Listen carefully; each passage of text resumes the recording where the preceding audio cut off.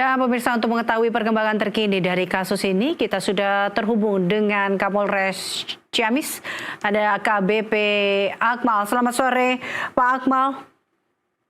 Selamat sore.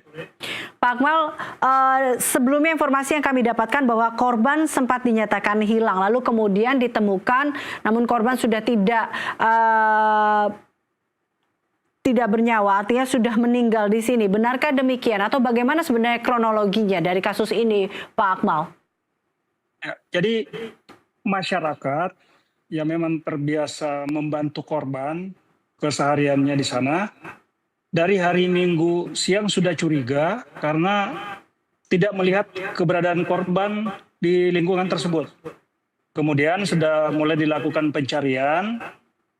Karena tidak ditemukan, keesokan harinya, Senin pagi, jam 8, masyarakat melaporkan ke kami, khususnya ke Polsek Cihurbeti, laporan orang hilang. Kemudian dari sanalah tim kami bergerak untuk mengecek ke rumah korban, dibuka dan dipastikan bahwa yang korban ini tidak ada di dalam rumah.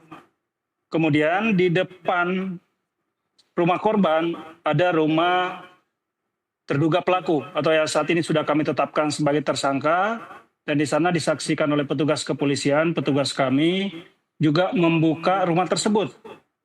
Dan pada saat dibuka di salah satu ruangan ditemukan ada bercak darah yang lumayan banyak, dan dari sanalah kami melakukan olah TKP. Kemudian tim kami mengambil sampel darah dan menguji dan memastikan bahwa darah yang diambil tersebut adalah darah manusia. Dari sanalah kecurigaan kami semakin menguat kepada tersangka berdasarkan keterangan-keterangan saksi yang kami ambil, bahwa yang terakhir berkunjung ke rumah korban adalah cucu korban sendiri, yang mana pada hari Sabtu cucu atau pelaku atau tersangka ini terlihat di rumah korban. Kemudian betul kejadiannya setelah kami tangkap tersangka ini berdasarkan pendalaman dan interogasi yang kami lakukan, tersangka mengakui melakukan penganiayaan berat yang menyebabkan korban meninggal dunia sekitar pukul 4.30 pagi. Jadi pelaku menganiaya korban kurang lebih pukul 4.30 pagi. Kemudian jasadnya disimpan di dalam rumah. Dan pada hari Senin dini hari jam 2, tersangka ini membuang jasad korban di dekat pemakaman desa. Demikian. Baik, sebelumnya Anda katakan bahwa masyarakat sekitarlah yang melapor hilangnya nenek ini karena menganggap bahwa tidak ditemukan lagi. Artinya apakah nenek ini tinggal sendiri atau ada anggota keluarga lainnya seperti cucunya ini tinggal bersama atau seperti apa, Pak Akmal? Baik. Ya, jadi korban ini tinggal di rumah sendiri, demikian juga cucunya ini rumahnya berdampingan dengan rumah tersangka. Jadi ada padapan antara rumah korban dengan rumah tersangka. Kemudian tersangka ini orang tuanya sudah bercerai beberapa tahun yang lalu, ibunya menjadi TKW di Taiwan dan bapaknya berada di Jakarta. Dan kesehariannya tersangka ini jarang menengok rumahnya, tapi lebih banyak di tempat lain karena kesehariannya juga tidak bekerja dan putus sekolah.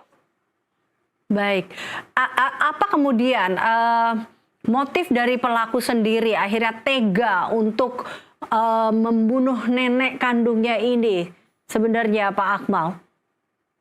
Berdasarkan pendalaman dan pemeriksaan yang sudah kami lakukan, memang beberapa saat sebelumnya tersangka ini sering datang ke rumah neneknya untuk meminta makan, termasuk juga meminta uang jajan. Dan ada beberapa kalimat atau kata-kata yang cukup menyinggung perasaan tersangka. Di antaranya, ngapain kamu minta uang ke saya? Kan kamu sudah sering mendapatkan transferan atau kiriman uang dari ibumu yang di luar negeri.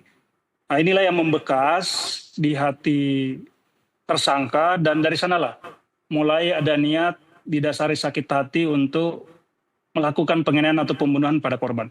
Oke, artinya dengan adanya niat itu apakah bisa dikatakan bahwa si pelaku ini memang sudah ada niatan untuk melukai korban seperti itu?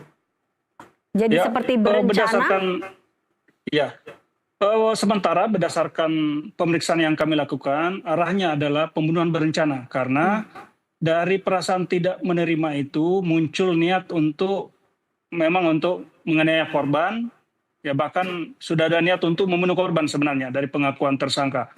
Dan itu bisa dilaksanakan pada Minggu pagi di mana tersangka ini meminta tolong kepada korban, seolah-olah minta tolong untuk memegang kursi dengan alasan tersangka akan memperbaiki salah satu bolam yang putus dalam rumah tersangka. Dan pada saat korban ini jongkok, dibekap dari belakang oleh tersangka. Dan pada saat kondisi tidak sadar, korban dipukul menggunakan cobek di bagian kepala dan inilah yang menyebabkan meninggal dunia. Kemudian tersangka tidak puas sampai di situ. Tersangka ini kemudian menggunakan sabik yang kebetulan sudah disiapkan oleh tersangka, kemudian beberapa kali membacok bagian kepala depan dari korban sendiri. Dan yang terakhir yang dilakukan oleh tersangka adalah memukul dengan batu dan memastikan korban meninggal dunia. Setelah itu korban diletakkan di salah satu tempat tidur. Ya, kemudian akhirnya Senin dini hari sekitar pukul 2, tersangka menggendong atau membopong korban kemudian dibuang di salah satu pemakaman di desa tersebut. Baik, artinya korban sempat dianiaya oleh pelaku di rumahnya tadi dengan sejumlah barang bukti yang ditemukan oleh pihak kepolisian seperti tadi ada cobek, lalu kemudian senjata tajam dan juga ada beberapa bercak darah yang ditemukan. Kemudian setelah itu baru dipindahkan oleh pelaku, seperti itu ya Pak Akmal ya? Ya, betul. Baik. Baik, Pak Akmal, pelaku sendiri apakah tergolong remaja kah atau dewasa? Saat ini tersangka usianya sudah 19 tahun, jadi secara hukum sudah dianggap dewasa. Baik, baik.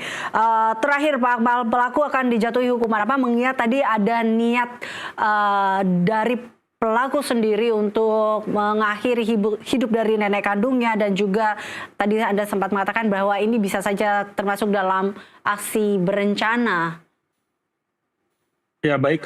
Jadi berdasarkan pendalaman, kemudian alat bukti, keterangan saksi yang ada di TKP, arahnya nanti kami terapkan pasal 340 KUHP di mana ancamannya hukuman mati atau penjara seumur hidup atau sekurang-kurangnya 20 tahun. Demikian juga dengan pasal lain 338 dengan sengaja menghilangkan nyawa orang lain ancamannya 15 tahun penjara. Baik, baik. Terima kasih Pak Akmal telah bergabung bersama kami. Dan pemirsa, demikian tadi perbincangan kita bersama dengan AKBP Akmal Kapolres Ciamis.